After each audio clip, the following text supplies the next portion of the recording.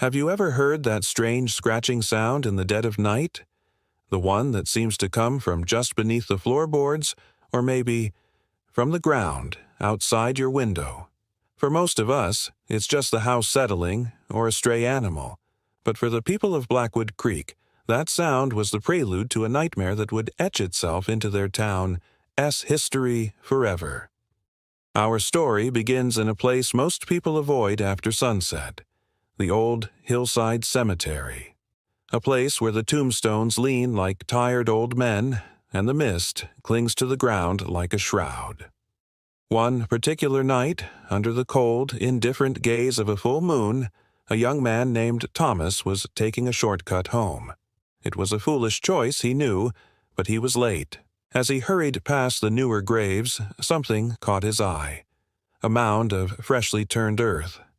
Nothing unusual for a cemetery, except for one chilling detail. The coffin, meant to be 6 feet under, was partially exposed, its lid splintered and ajar. Thomas froze, his heart hammering against his ribs. He told himself it was just grave robbers, a grim but rational explanation. He started to back away, wanting nothing to do with it. But then he saw it. A hand.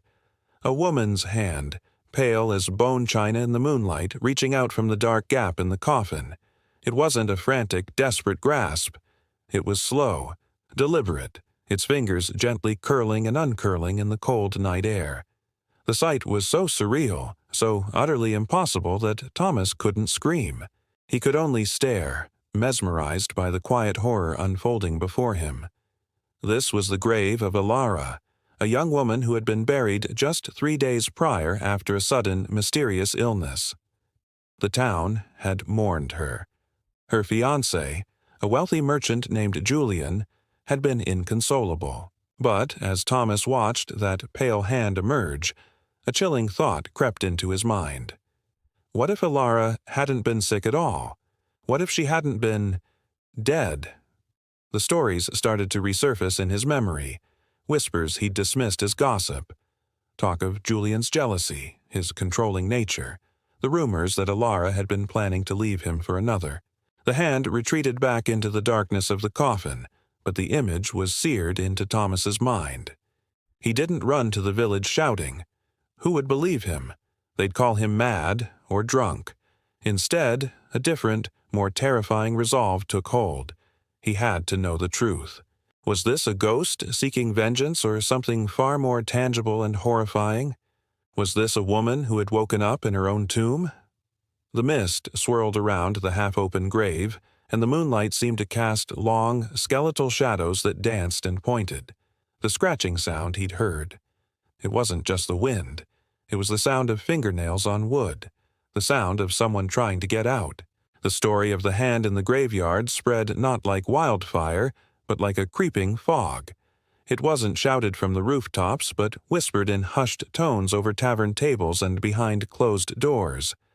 People started avoiding the cemetery altogether, even in broad daylight. They reported strange sightings. A fleeting figure in white near Alara's grave, a faint, sorrowful weeping carried on the wind. Julian, the grieving fiancé, became a recluse, his grand house falling silent. Some said he was consumed by grief. Others, including Thomas, suspected he was haunted by guilt. The town of Blackwood Creek was no longer just a quaint village. It was a place holding its breath, waiting for the other shoe to drop, waiting to see what happens when the dead don't stay buried. What do you think happened to Alara? And what did Thomas do next? Let me know your theories down in the comments. We'll dive deeper into the dark secrets of Blackwood Creek in our next video. If you love a good mystery that sends a shiver down your spine, make sure to hit that subscribe button and turn on notifications so you don't miss it. Thanks for watching, and try not to think too much about what lies just beneath your feet.